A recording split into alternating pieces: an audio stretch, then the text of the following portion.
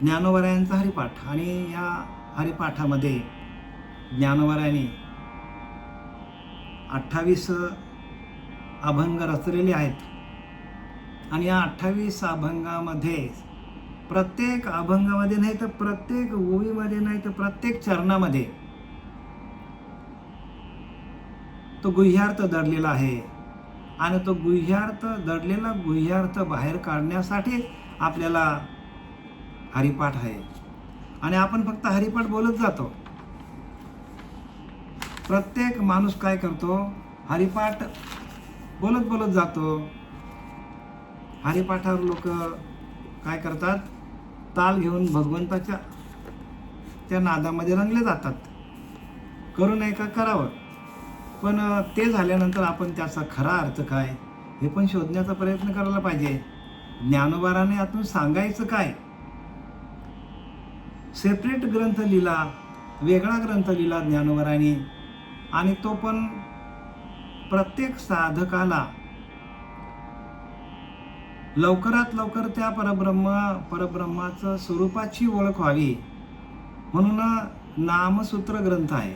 हा ग्रंथ कसा आहे, नाम आहे आणि याच्यामध्ये सूत्रबद्ध ग्रंथ आहे आणि हा नामसूत्र ज्ञानोबारांनी वापरल्यामुळे हा ग्रंथ एकदम सोपा आहे.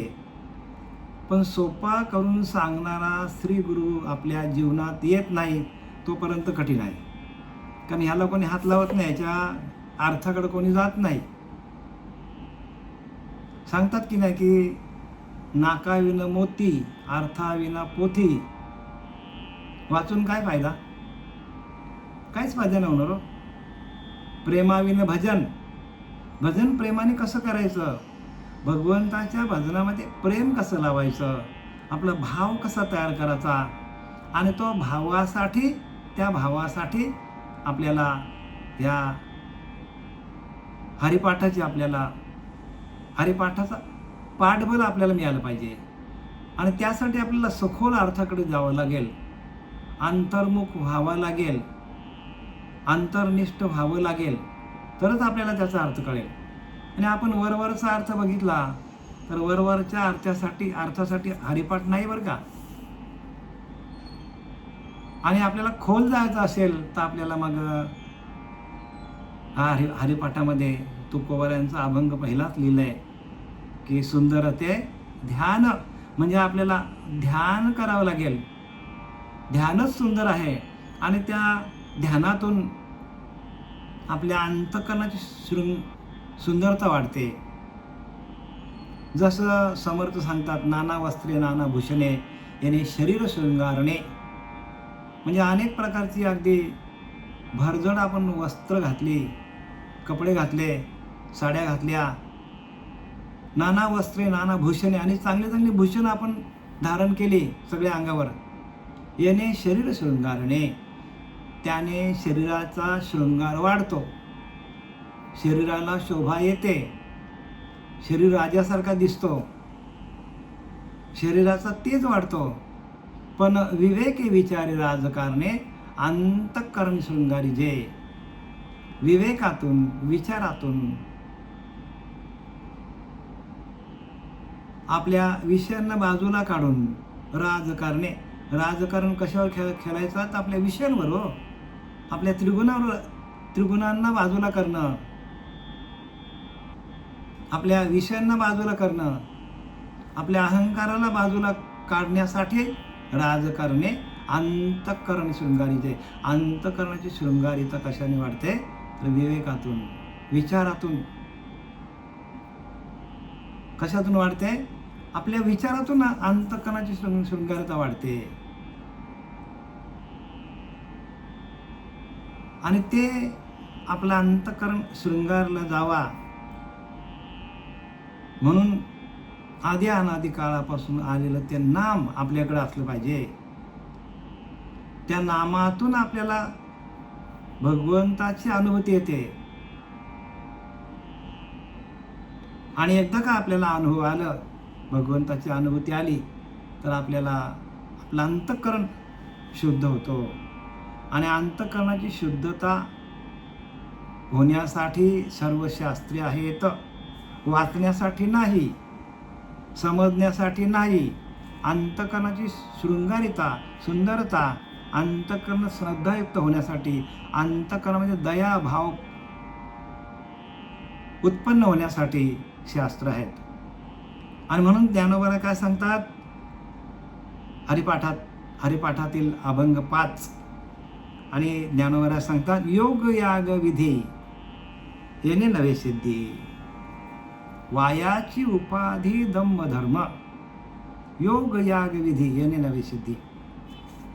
म्हणजे एखाद्या माणसाने योग केला, याग केला, त्याला सगळ्या सिद्धी प्राप्त झाल्या.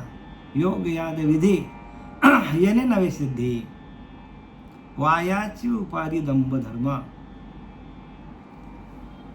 त्याने काय होतं तर माणसाचा दंभ वाढतो आणि उपाधी वाढते. आणि मनुष्य, प्रत्येक माणूस उपाधीच्याच मागे, बरं का. मला मोठेपणा मिळावा, मला ज्ञान यावा, मी ज्ञानी व्हावा, लोकांपर्यंत जावा, लोकांना ज्ञान सांगावं. हातामध्ये काहीच नाही, बरं का.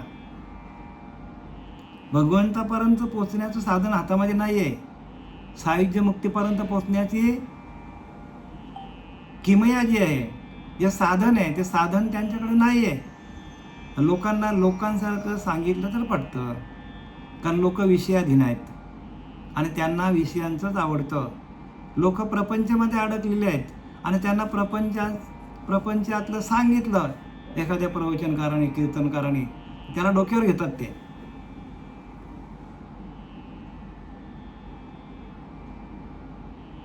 ह्याला कारण काय? ह्याला कारण प्रवचनकार, कीर्तनकार हे ह्या लोकांनी जगाची नस ओळखलेली आहे की लोकांना काय आवडतं, विषयांचंच आवडतं, प्रपंचाचंच आवडतं आणि ते सांगत बसतात. आणि मग तो लोकांना कीर्तन आवडतं, प्रवचन आवडतं, मग त्याला एक दुसरा तिसरा लागोपाठ त्याला प्रवचन चालू होतात. का? आमच्यासारखा बोलतो, म्हणजे जनासारखा बोलतो. आणि म्हणून साधूला सर्वसामान्य माणसं किंमत काय देत नाही, तर साधू दिसते निराळे परंतु ते स्वरूपी मिळाले, अवघे मिळून एकची झाले, देहातीत वस्तू, देहाच्या पलीकडची वस्तू आहे. आणि सर्वच्या सर्व कीर्तनकार, प्रवचनकार देहबुद्धीवर आहेत. म्हणून त्यांना हे ज्ञान सांगण्यासाठी पुढं जन काय करतात, सर्व लोक काय करतात, त्यांना फटाफट आज उद्या परवा बघा त्यांच्या तारखा सगळे भरलेल्या असतात. का? लोकांसारखं बोललं की लोक बोलवतात आणि लोकांच्या विरोधात बोललो तर संत लोकांच्या विरोधात बोलले आणि म्हणून संतांना खूप हालापेष्टा सहन कराव्या लागल्या, मार खावा लागलो, काट्याने मारलं, अंगावर थुंकले, काय लोकांचा तिरस्कार, काय लोकांनी तिरस्कार केला संतांचं. का?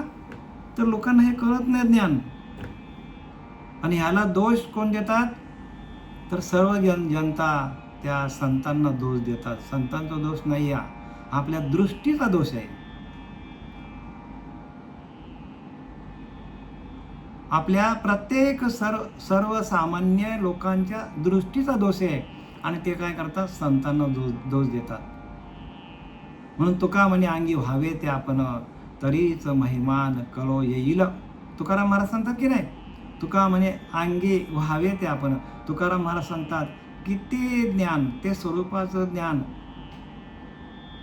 आपल्या अंगामध्ये बांधलं पाहिजे, आपल्याला कळलं पाहिजे. अंगी व्हावे ते आपण म्हणजे संतांसारखं व्हा, तरीच महिमान कळेल, तरच आपल्याला ते ज्ञान कळेल. सर्वसामान्य लोकांना हे ज्ञान कळणार नाही. आणि कळण्यासाठी ज्ञानोबांनी काय केली आहे, ज्ञानेश्वरी लिहिली आहे,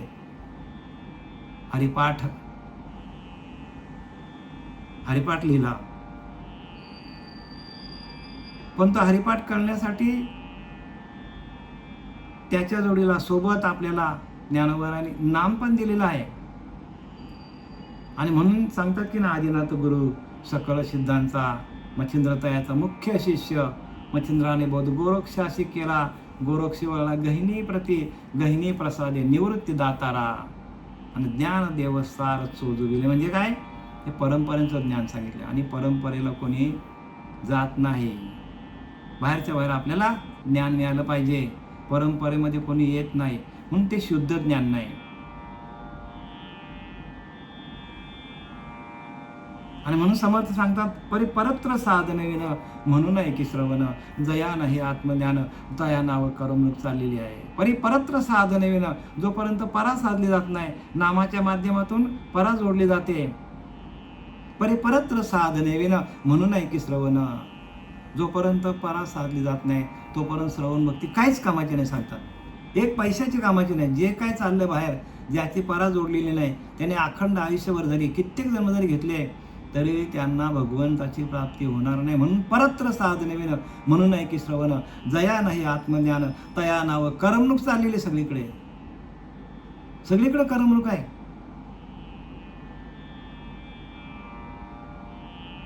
आणि हे करमणुकीचं ज्ञान संतांनी सांगितलेलंच नाही. म्हणून संतांनी लिहून ठेवलं की आमच्यासारखं व्हा, संत व्हा. डॉक्टर होऊनच आपल्याला डॉक्टरचं ज्ञान कळेल, वकील होऊनच आपल्याला कोर्टामध्ये सनद पाहिजे आपल्याकडे. हो, तसं संत होऊनच संतांनी ज्ञान सांगायचं. पण हल्लीचे सगळेच संत बनायला बघतात, पण कोणाकडे ते नाम नसल्यामुळे त्यांना संत म्हणता येत नाही. योग याग विधी आणि नवे सिद्धी काय सांगतात की सगळ्यात पहिल्यांदा म्हणजे योगियांचा राजा आहे ज्ञानोबराया. ज्ञानोबराया कसा योगियांचा राजा आहे, कैवल्याचा पुतळा आहे आणि ज्ञानियांचा राजा आहे, असा ज्ञानोबराया सांगतात. योग याग विधी येणे नवे सिद्धी. योग केला, याग केला, अनेक प्रकारचे, तरी आपल्याला ते प्राप्त होणार नाही. वायाची उपाधी दंभधर्म. आणि त्या योगातून त्या यागातून काय होणार आहे, प्रत्येक माणसाला गर्वच होणार आहे, उपाधीच वाढणार आहे. एखाद्या माणसाला कीर्तन चांगला करता यायला लागलं, वरवरचं बरं का, आतला नाही आहे, आणि त्याला रोजच्या रोज कीर्तनाच्या त्याला रोजच्या रोज आज इथे उद्या तिथे परवा तिथे, कारण लोकांसारखं बोलतो तो ना आणि सांगतो सगळं, पण त्याला आतलंच ज्ञान नसेल आणि तो लोकांना सांगतो फक्त कीर्तन. मग त्याला काय होतं, दंभ होतो. आणि त्याला आपण सांगायला गेलो, आम्ही एवढी कीर्तन करतो, आम्हाला काही कळत नाही का आम्ही काय बोलायचं ते, म्हणजे त्यांना आपण अक्कल शिकू शकत नाही. कारण काय, त्यांच्याकडे दंभ वाढतो. त्यांना वाटतं लोक मला एवढं विचारतात, आज माझं जगामध्ये नाव आहे. अरे पण तो तुझ्याकडे ते ज्ञान आहे का, ओरिजिनल जे ज्ञान आहे ते त्याच्याकडे नाही, आणि तो लोकांसारखा बोलला. म्हणून लोकांच्या नादी लागला. कीर्तनकार, प्रवचनकार, तो सगळेच नागवला. नागवलं म्हणजे काय, नागवलं म्हणजे पुढच्या जन्मात गेला तो, म्हणजे खालच्या जन्मात गेला. आणि तिथे सांगायला नको तिथे कपडे नाहीत, म्हणजे नागवला. हो, म्हणजे पुढच्या जन्मात तो खालच्या योनीला गेला, लोकांच्या नादी लागला, तो संपूर्ण नागवला. नागवलं म्हणजे पुढच्या जन्मामध्ये त्याला घालायला कपडे नाहीत अशा ठिकाणी गेला. सांगायला नको तुम्हाला. वायाची उपाधी दंभधर्म. आणि ह्या योग करून, याग करून, सिद्धी प्राप्त करून, ज्ञानोबराया सांगतात की नाही, सिद्धी लावी पिसे तया कोण पुसे. अनेक सिद्धी प्राप्त करून घेतात. बरेचसे असे योगी आहेत सिद्धी प्राप्त करून घेतात, पण ती उपाधी लावून घेतलेले ज्ञानोबराया सांगतात ते उपाधी आहे. आणि ती उपाधी आपल्याला शेवटपर्यंत सोडत नाही. मेली एखादा माणूस गेला ती उपाधी घेऊन, तरी त्याला कळत नाही की आपली उपाधी होती. एवढा त्याच्यामध्ये अडकतो तो, एवढा तो माणूस त्याच्यामध्ये अडकतो.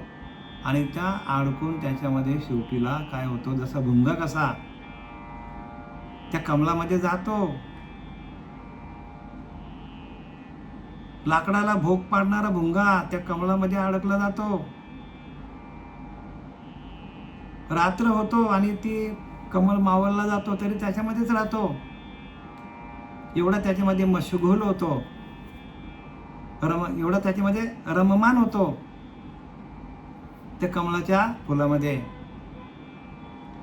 आणि मग सकाळी हत्ती येतो आणि तो फुल काय करतो, तो तुडवतो पायाखाली, त्याचा जीव जातो. तसं आपलं झालेलं आपल्याला वाटतं खरं ज्ञान आहे.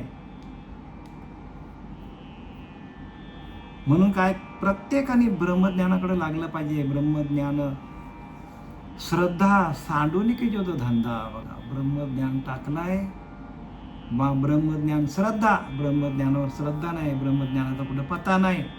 सांडून की जे धंदा ब्रह्मज्ञान टाकलंय बाजूला आणि धंदाच लावलं लोकांनी. हे असोसी म्हणून सुद्धा ज्ञानोबा सांगतात ते तुम्हाला त्रासदायक होईल. दृष्टी ते म्हणजे ह्या लोकांमध्ये पण तुम्हाला त्रास होईल आणि मेल्यानंतर परलोकामध्ये पण तुम्हाला जायला सुटका नाही. तिकडे गेलं तरी पण तुम्हाला त्रास होणार आहे. आणि पुढची वेळी सांगतात भावे विना देव न कळे निसंदेह. आणि ह्या भावे विना देव न कळे निसंदेह, गुरु विना अनुभव कैसा कळे. म्हणून प्रत्येकाने काय करायला पाहिजे, गुरु विना अनुभव, गुरु शिवाय ज्ञान नाही. गुरु केल्या वाचून आपल्याला ज्ञान प्राप्त होणार नाही. ज्ञानी भरपूर लोक आहेत जगामध्ये, सगळेच ज्ञानी येतो. कोण मला सांग, कोण मागे पडलेला आहे? प्रत्येक माणूस ज्ञानीच आहे. आणि म्हणून तेवढा थाटामाटामध्ये प्रपंच थाटतो थाटामाटामध्ये. करोडो रुपये कमवतो, कशावर? ज्ञानावर कमवतो. मोठी मोठी पद बाळगावतो, कशावर? ज्ञानावर कमवतो. मग प्रत्येक माणूसात ज्ञानी आहे. अगदी चणे वाटाणे वाल्याला विचारलं तरी तो आपल्याला 4 गोष्टी ज्ञानाच्या सांगेल. फेरीवाल्याला विचारलं तरी आपल्याला अक्कल शिकवेल तो. एवढं ज्ञान लोकांकडे. पण तो ज्ञान कुठे आपल्याला जाताना कुठेच काम येणार नाही. कारण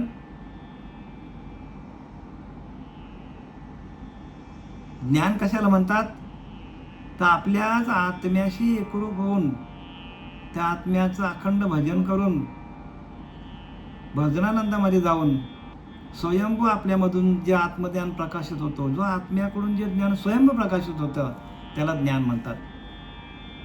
ज्ञान म्हणजे पहावे आपणाशी आपण या नाव आत्मज्ञान. मुख्य देवास जाणावे, सत्य स्वरूप ओळखावे, नित्य विचारावे या नाव ज्ञान. जे ज्ञान नित्य आहे, त्याचा कधीच नाश होत नाही, त्याला ज्ञान म्हणतात. मुख्य देवास जाणावे. मुख्य काय? आपला अंतरीचा अंतरात्मा हा मुख्य आहे आणि तो आपल्या आतमध्ये आणि बाहेर पण तोच आहे, सगळीकडे व्यापक आहे. मुख्य देवास जाणावे, सत्य स्वरूप ओळखावे. सत्य काय आहे? तर सत्य काय आहे? तर सत्य एक भगवंत आहे आणि त्या भगवंताला ओळखणं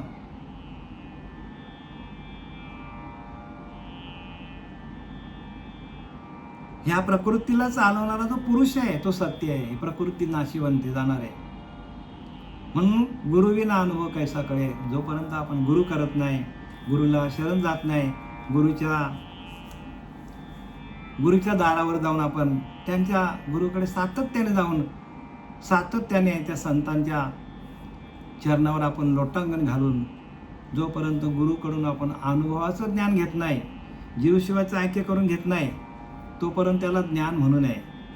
ज्याचं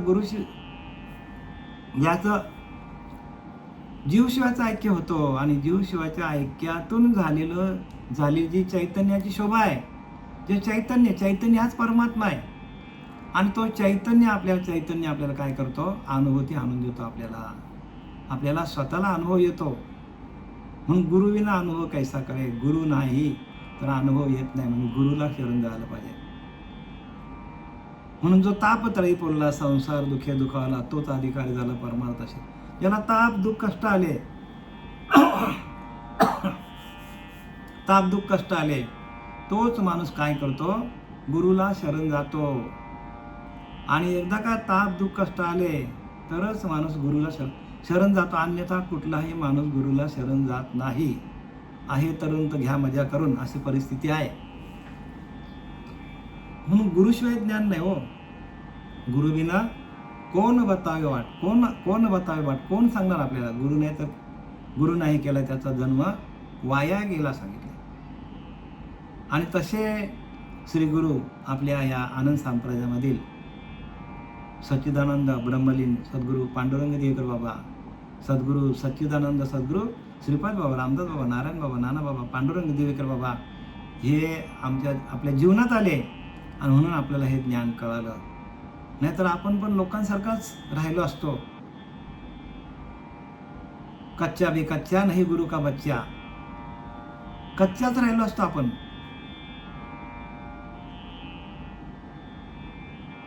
आणि एकदा का कच्चा मडका जो आहे, जोपर्यंत माती कच्ची आहे तोपर्यंत त्याला ताबडतोब काय होतो, कुठल्याही मातीमध्ये मिसळली जाते. पण एकदा तोच मडका भाजला तर मग तो कुठेही मिक्स होत नाही. तसा गुरु काय करतात, आपल्याला भाजतात. म्हणजे काय भाजतात म्हणजे काय, आपल्याला त्या नामातून काय करतात तर घुसळण करायला लावतात. मंथुनी नवनीथा तैसे घ्या अनंता, वाया व्यर्थ कथा. मग मंथन करायला लावतात आपल्याला. मंथन केल्याशिवाय आपल्याला, जसं दुधाचं तूप बनवायचं असेल आपल्याला तूप, तर मंथन करावं लागतं. ते विरझनमध्ये लावायला लागतो. विरझन झाल्यानंतर आपण त्याचं दही होतं आणि दहीची घुसळण झाली किंवा आपल्याला लोणी, आणि लोणी कढवला की आपल्याला तूप तयार होतो.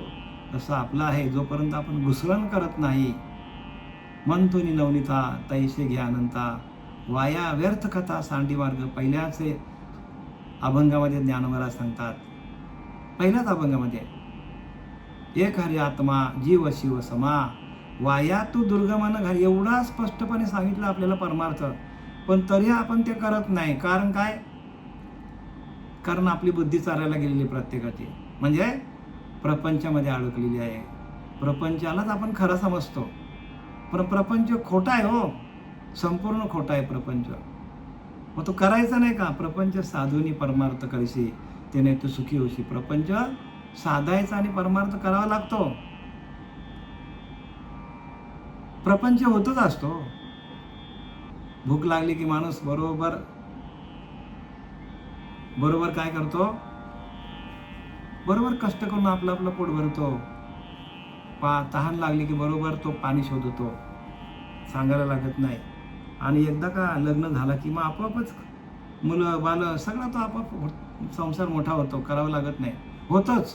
पण परमार्थ हा आपल्याला प्रत्यक्ष करावा लागतो. कारण गुरुला शरण गेल्याशिवाय परमार्थ कळत नाही, अजिबात परमार्थ कळत नाही. जो काय आपण पूजा अर्चा करतो, ही पूजा ही पहिली पायरी आहे,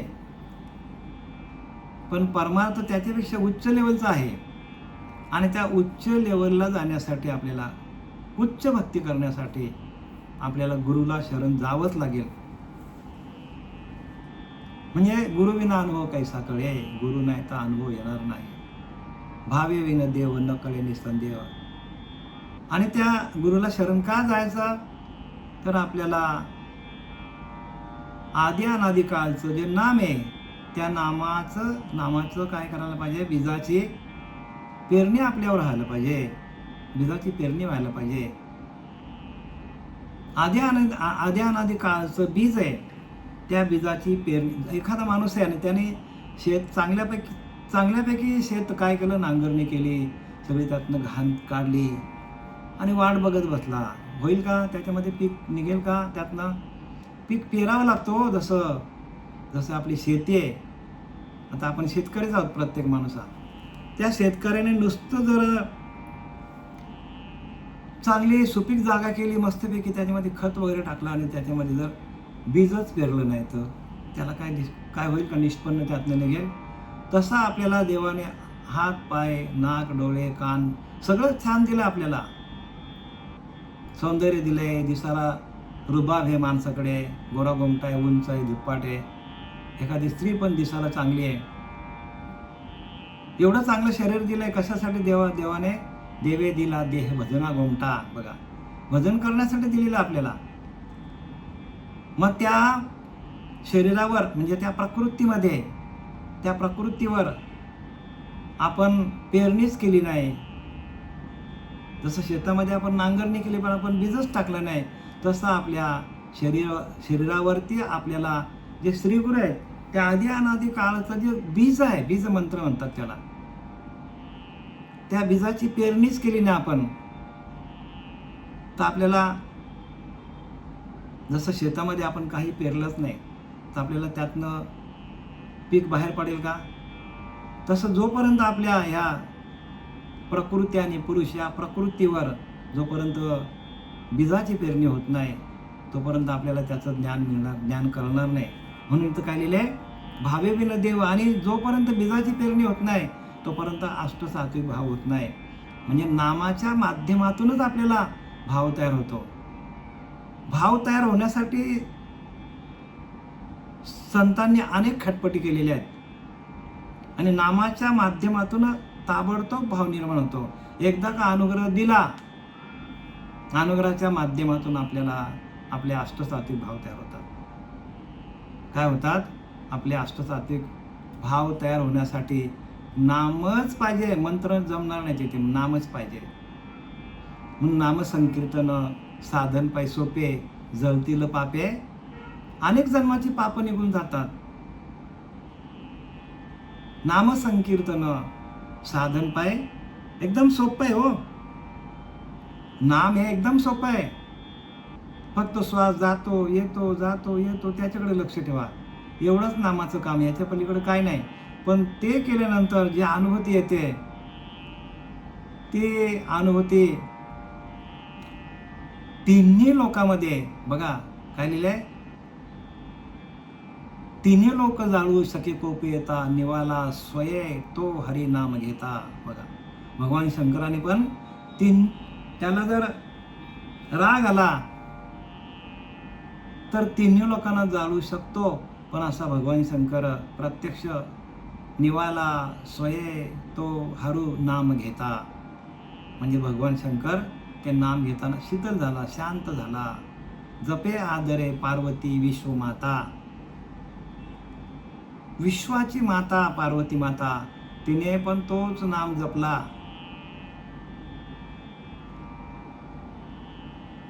आणि म्हणून म्हणारे म्हणा तेची आता, आणि त्याचाच उल्लेख ज्ञानोबाने केलेला आहे. म्हणून समर्थ सांगतात, म्हणून म्हणारे म्हणा तेची नाम आता, तेच नाम घ्या की जे भगवान शंकरांनी जपलं, जे पार्वती मातेने जपलं, तेच नाम आपल्याला, जे कृतायुगामध्ये जे नाम होतं तेच त्रेतायुगात, तेच द्वापारयुगामध्ये आणि तेच कलियुगामध्ये. नामामध्ये कोणत्याही प्रकारचा बदल होत नाही, तेच नाम आहेत. कारण ते संपूर्ण सृष्टीची निर्मिती त्या नामाने केलेली आहे. त्या नामाने काय केलेलं आहे? सृष्टीची निर्मिती केलेली आहे. तोच नाम शेवटपर्यंत जाणार आहे. जरी संपूर्ण सृष्टीचा लय झाला तरी नामाचा लय कधी होत नाही. नामाचा लय कधीच होत नाही. आणि म्हणून तेच नाम आपल्याकडे पाहिजे. भावे विन देव न कळे निसंदेह. भावाशिवाय देव कळत नाही. आपल्याकडे भाव निर्माण व्हायला पाहिजे. भावे विन भक्ती, भक्ती विना मुक्ती, लिहिलं की नाही? भावाशिवाय भक्ती नाही आणि भक्तीशिवाय मुक्ती नाही. भाव कोणता पाहिजे? तर हरिनामाचा पाहिजे. आपल्याकडे प्रपंचाचा भाव आहे, कोणाला विषयांचा भाव आवडतो, अनेक प्रकारचे भाव आहेत. एखाद्या माणसाने चोराने चोरी केली तर त्याचा चोरी केल्यानंतर त्याला आनंद मिळतो. एखादा माणूस विषय बघला त्याला त्यातला आनंद मिळतो. पण भगवंताच्या हरिनामाचा जो आनंद आहे तो चिरकाल टिकणार आहे, त्याचा कधी नाश होत नाही. आणि म्हणून ते नाम सोपे रे, सोपं आहे ते नाम, तेच आपल्याला जमलं पाहिजे. म्हणून म्हणारे म्हणा तेचे आता, जपे आदरे पार्वती विश्वमाता, म्हणून म्हणारे म्हणा तेचे आता. तिन्ही लोक जाळू शके कोप येता, निवाला स्वये हरू ते नाम घेता. जपे आदरे पार्वती विश्वमाता, म्हणून म्हणारे म्हणा तेचे आता. तेच नाम आपल्याला जमलं पाहिजे. ते पार्वती मातेने जपलं, जे भगवान श्रीकृष्णाने जपलं, जे ज्ञानोवर आहे, तुकोवर आहे, नाथ बाबा सर्व संतांनी एकच नामाचं काय केलेलं आहे. म्हणून साधू संत एकांती बसले, सर्व सिद्धांत शोधिले आणि ज्ञानदृष्टीने अवलोकिले, ते हे नाम श्रीहरीचे. सर्व एकांत म्हणजे बसले आणि सर्व सिद्धांत शोधिले आणि सर्व शोध घेतला सर्व संतांनी आणि त्यातून सार काढलं. आणि सार म्हणजे काय, तर नाम आहे. गुरुविना अनुभव कैसा कळे. ज्यांच्याकडं नामाचा भाव तयार झाला,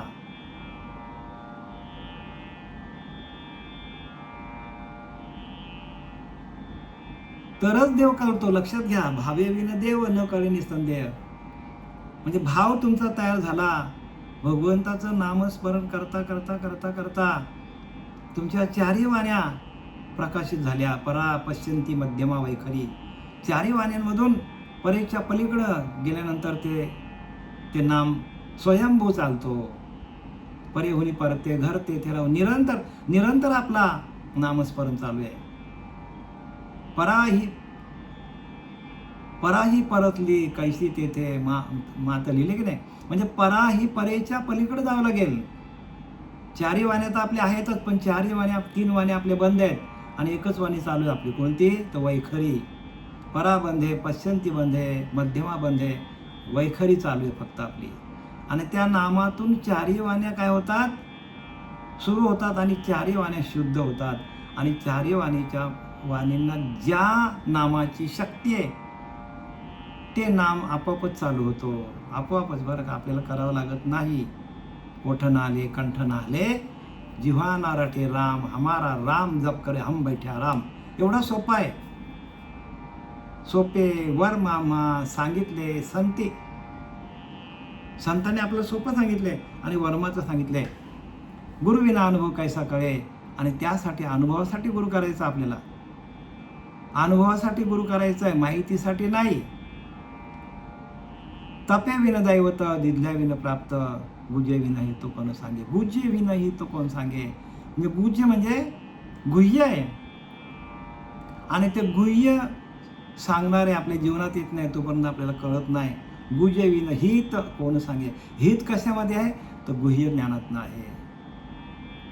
म्हणून 9व्या अध्यायामध्ये ज्ञानोबारांनी काय सांगितलंय, गुह्य ज्ञान सांगितले. हो, 6व्या अध्यायामध्ये राजविद्या राजगुह्य योग 9वा अध्याय.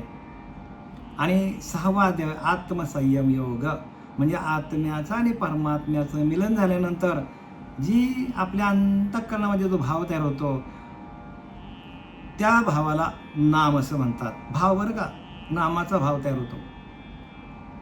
म्हणून तपे विन दैवत दिरल्या विन प्राप्त, गुह्य विन हित कोण सांगे. गुज आहे म्हणजे गुह्य आहे. ते गुह्य करण्यासाठी आपण सद्गुरूला शरण जायचं. गुरुला शरण कशासाठी जायचं. गुजे विन हित कोण सांगे. हित काय, हित ते करावे देवाचे चिंतन, करून यमन एकविध. अगदी एकरूप आपण व्हायला पाहिजे भगवंताशी, त्या आत्मस्वरूपाशी. करून यमन एकविध, हित ते करावे देवाचे चिंतन. भगवंताचं चिंतन करण्यामध्ये हित आहे. आणि आपण हित कशाला समजतो. प्रपंचामध्ये आपल्याला एखादी चांगली गोष्ट मिळाली, गाडी आली, बंगला आला, घोडा, काय गाडी आली, सगळं जे काय आलं, संपत्ती आली आपल्याकडे, तर आपल्याला काय समजतात लोक, हित समजतात. माझं हित बघा, मला समर्थ कृपेने असं माझं चांगलं झालं. पण हित ते करावे देवाचे चिंतन सांगितलंय. ते आल्यावर आपलं देवाचं चिंतन बंद होतो. सगळं आपल्याकडं ऐश्वर्य आल्यानंतर माणसाकडे ताठा होतो, गर्व येतो, मोठेपणा, लौकिकपणा येतो. आणि लौकिकपणा वाढत काय होतं, त्याचा दंभ वाढत जातो. खोटं पण खरं होतं त्याचं नाणं खोटं असतं पण ते खरं होतं. का, लोकांसारखा वागतो.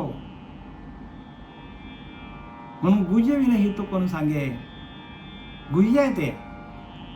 आणि ते गुह्य करण्यासाठी आपल्याला काय करावं लागतं, हित ते करावे देवाचे चिंतन. भगवंताचं चिंतन म्हणजे नामाचं चिंतन, हरिनामाचं चिंतन. म्हणून हरिविन जन्म तो नरकची पाय जाना, यमाचा पाहुणा प्राणी होय. हरिविन जन्म नरकची पाय जाणा. एक हरिण असेल तर माणूस काय होईल? नरकाला जाईल हो. नरकाला म्हणजे गर्भामध्ये परत जन्माला येणं, परत मरणं, जन्माला येणं, मरणं, म्हणजे ह्या जाण्या येण्याची क्रिया जी आहे. पण ते कशावरून मनुष्य देह मिळालं आपल्याला? आणि मनुष्य देह मिळालं, लंगडा मिळालं, काय करणार? पांगला मिळाला, आंधळा मिळाला, काय करणार? पशुचा देह मिळाला, काय करणार? प्राण्याचा देह मिळाला, काय करणार? आपल्या हातात काहीच नाही ना. मग आपल्या हातात एकच आहे, भगवंताचं नाम. काय आहे? आता तुम्ही नाम घेतलं, 6व्या अध्यायामध्ये सांगितलंय बघ. भगवान अर्जुनाने प्रश्न विचारले भगवंताला. भगवंताला प्रश्न विचारलाय की देवा तू नाम नाम नाम म्हणतो, पण ज्याची एखाद्याची इच्छा आहे की आपलं नाम स्मरण भरपूर व्हायला पाहिजे, पण त्याने सुरुवात केली आणि समजा त्याचा आयुष्य संपला आणि तो मेला. भगवंत म्हणतो त्याची गती काय? अर्जुन सांगतो भगवंताला त्याची गती काय पुढे? भगवंत म्हणतो काय घाबरतोस? एकदा त्याला अनुग्रह दिलाय ना. अनुग्रह दिलाय की नाही? ज्याच क्षणी अनुग्रह दिला, म्हणून अनुग्रह घ्या. अनुग्रह असला तर तुम्हाला कसलाच धोका नाही, लक्षात घ्या. कारण भगवंताने लिहून दिलेलं आहे.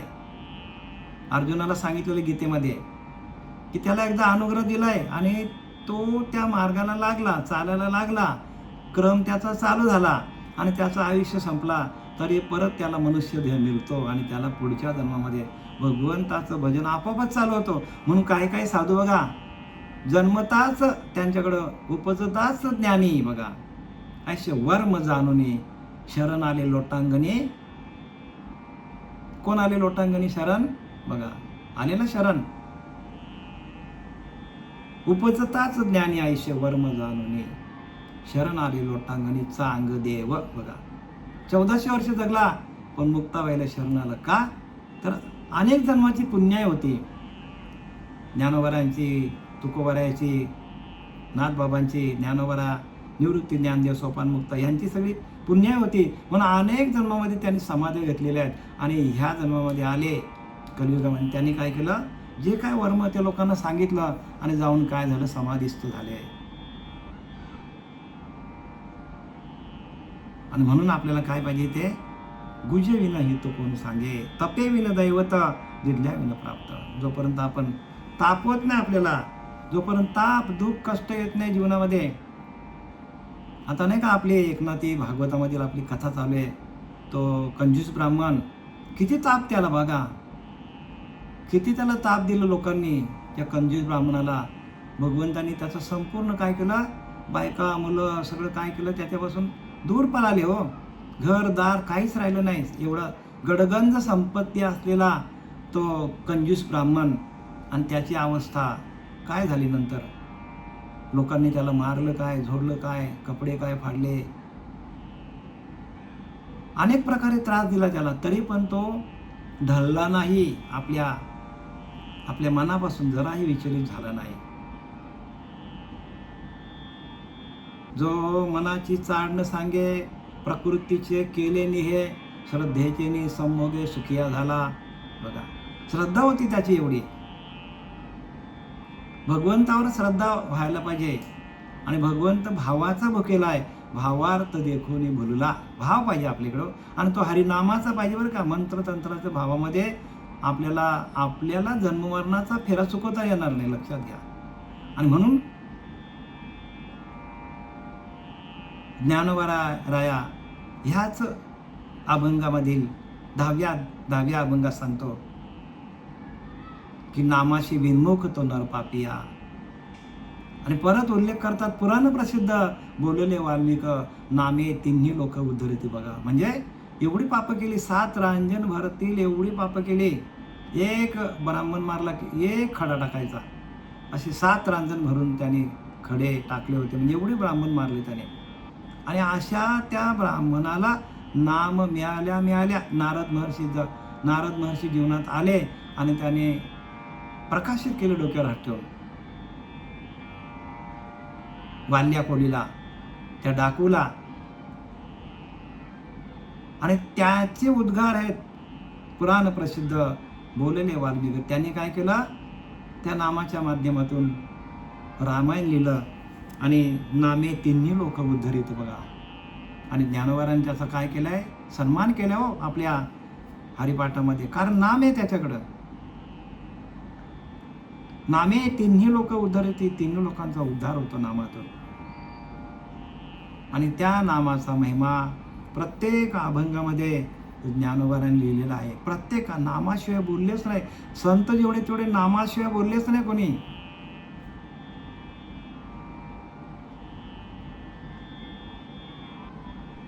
म्हणून नाम घेता उठा उठी, वय संसाराची तुटी, ऐसा लाभ बांधा गाठी. तुकाराम महाराज म्हणतात, नाम घेता उठा उठी, सहज जर घेतलं, होय संसाराची तुटी, म्हणजे जन्म मरणाचा फेरा बरं का. संसार म्हणजे जन्माला येणं मरणं. होय संसाराची तुटी, ऐसा लाभ बांधा गाठी. अशा आपल्याला तो लाभ आहे, तो आपल्याला गाठीला मारून घ्या. आपल्याला नरदेह मिळालेला ना, तर ती गाठ बांधून घ्या आपली भगवंताशी.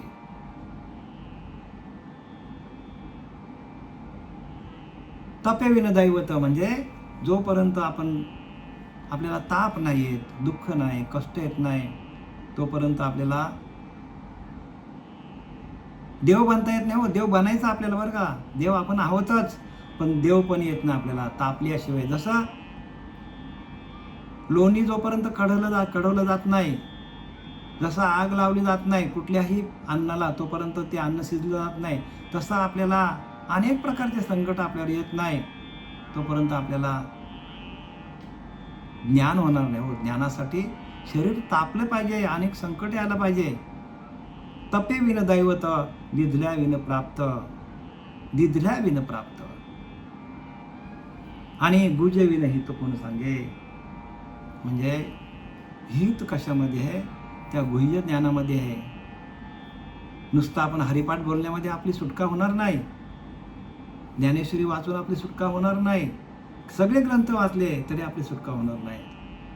मग काय पाहिजे आपल्याकडं, ग्रंथ एवढ्यासाठी वाचायचे असतात की गुरुला शरण जाऊन आपण गुरुकडनं काय करायचं, ते नाम मंत्र घ्यायचं.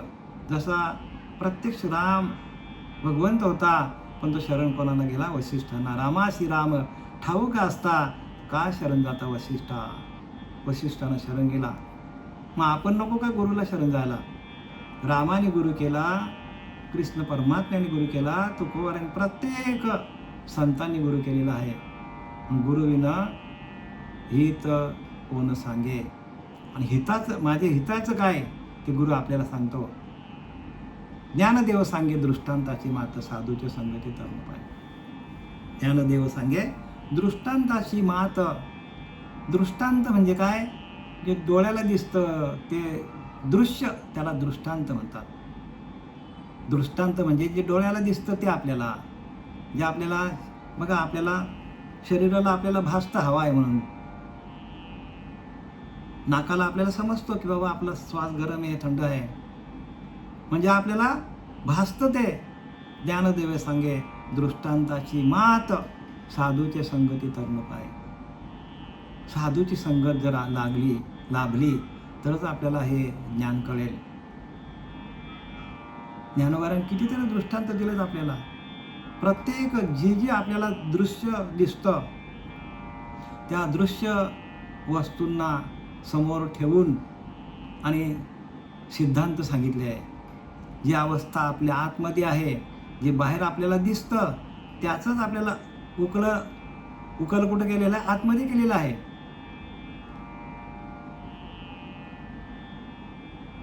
वस्तू आपल्याला सगळे बाहेर दिसतात, पण त्याचा उकल आपल्या आतमध्ये व्हायला पाहिजे. आणि ते उकल बाहेर आतमध्ये होण्यासाठी, ते कळण्यासाठी ज्ञानोबारांनी अनेक प्रकारचे दृष्टांत दिलेले आहेत आपल्याला. अनेक प्रकारचे दृष्टांत आहेत. ज्ञानदेव सांगे दृष्टांताची मात, साधूचे संगती तरुण पाय. साधूची संगत जर केली आपण,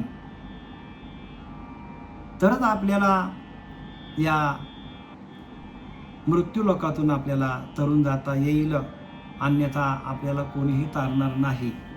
भाग्य तो नव्हे धनपुत्र दारा, निकट सहवास संतांची या. भाग्य त्याला म्हणत नाही माझी बायको चांगली आहे, माझी मुलं चांगली आहेत, माझी धर्मपत्नी चांगली आहे, माझे यजमान चांगले, हे भाग्य नाही सांगतात. भाग्य तो नव्हे धन पुत्रदारा, निकट सहवास संतांची या. संतांच्या सहवासात आपण राहायला पाहिजे, कारण संताविन प्राप्ती नाही, असे वेद देत अशी ग्वाही. संतांशिवाय प्राप्ती नाही भगवंताची. असं आपण कितीही मनाने मनोमार्गे गेला होतो तेथे मुकला, आपल्याच मनाने आपण परमार्थ केला तर आपल्याला अधोगतीला जावं लागेल. प्रत्येक माणसाला अधोगती ठेवलेली आहे, आणि अधोगतीतून आपल्याला बाहेर यायचं असेल तर संतांना शरण जावं लागेल. आणि संताविन प्राप्ती नाही. संतांना शरण जात नाही तोपर्यंत आपल्याला त्याची प्राप्ती होणार नाही भगवंताची. आणि भगवंत कुठे आहे? भगवंत आपल्या आतमध्ये आहे.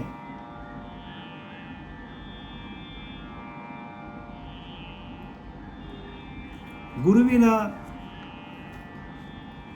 म्हणजे सगळं गुह्य कुठे आहे? तर गुरुच्या जवळ आहे, साधूंच्या जवळ आहे. भगवंताला प्राप्त करण्याचं, भगवंताशी एकरूप होण्याचं जे गुह्य आहे ते कोणाकडे आहे?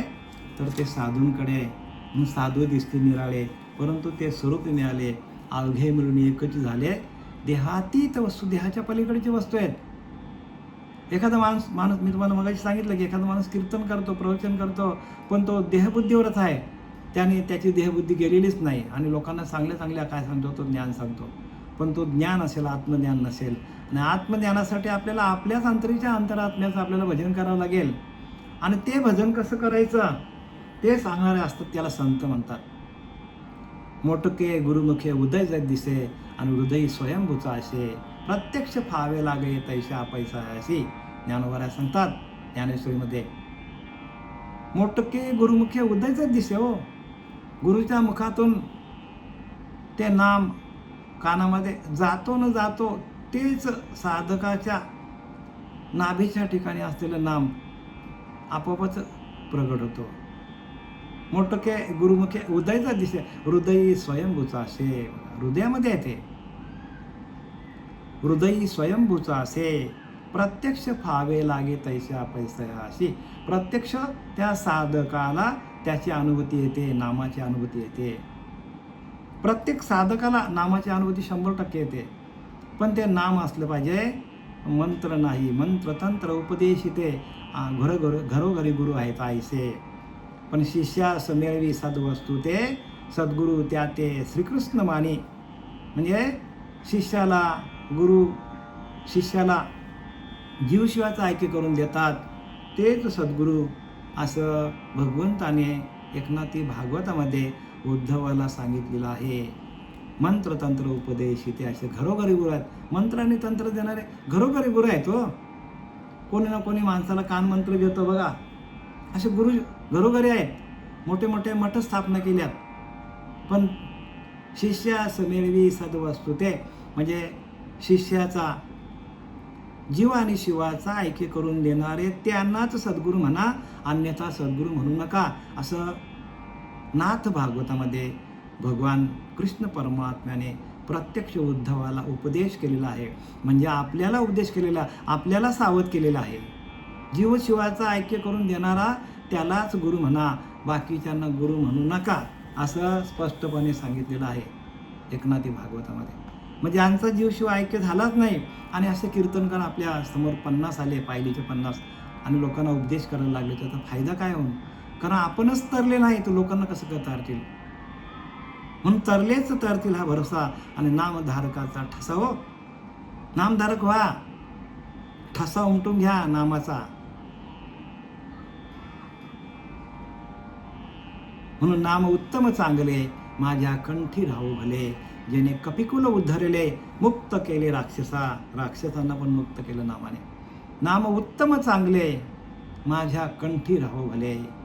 उत्तम आहे, चांगलं आहे, पण माझ्या कंठामध्ये अखंड राहू दे. जेणे कपिकुल उद्धरले, ज्याने संपूर्ण कपिकुल म्हणजे माकडांचा, रामराज्यामध्ये जे होतं ना वानर, त्या वानरांचा पण उद्धार केला बघा. जेणे कपिकुल उद्धरले, मुक्त केले राक्षसा. आणि जे काय राक्षस होते त्या काळामध्ये, आता पण बरेच राक्षस आहेत, पण ते आतमध्ये दरलेले आहेत आपल्या. आणि त्या राक्षसांचा नायनाट करायचा असेल, काम, क्रोध, लोभ, मद, मत्सर, दंभ, संशय, चिंता ह्यांचा आपल्याला नायनाट करायचा असेल तर आपल्याला नाम साधन घ्यावं लागेल. नाही तर आपल्याला कधी ते घेऊन जातील 84ला कोणीच सांगू शकत नाही. मोठे मोठे रथी महारथी जे आहेत, ज्यांनी उच्च कोटीची साधना केली, असे पण काय केले, असे पण रसातळाला गेले. आणि म्हणून प्रत्येकाने नाम घ्या. ज्ञानदेव सांगे दृष्टांताची मात, साधूचे संगती तरणोपाय. साधूच्या संगतीमध्ये आपल्याला तरता येईल. साधूची संगत करा. साधू बोध झाला तो नुरून या ठेला, ठाईच मुराला अनुभव. तो अनुभवासाठी साधू करायचा असतो. ठाईच मुराला अनुभव. आपल्या आतमध्ये आपल्याला अनुभूती येते. म्हणून प्रत्येकाने काय करायला पाहिजे, तर साधूच्या बोधावर आपलं आरूढ व्हायला पाहिजे. बोध देणारा साधू आपल्या जीवनात यायला पाहिजे. आणि त्या बोधाच्या किंवा त्या महावाक्याच्या बोधातून आपल्याला भगवंताची प्राप्ती होते. हे सगळ्या खानापुना संतांना माहीत आहेत. ज्ञानेश्वरीमध्ये ज्ञानोबारांनी लिहिल्यात, तुकोबारांनी गाथेमध्ये लिहिल्यात, नाथबाबांनी एकनाथी भागवतामध्ये त्यांच्या अभंग गाथेमध्ये, ज्ञानोबारांनी पण अभंग गाथेमध्ये लिहिल्यात, अनुभवामृतामध्ये सगळं लिहिलेलं आहे. पण आपण वाचन करत नाही, आपल्याकडं नाम नाही.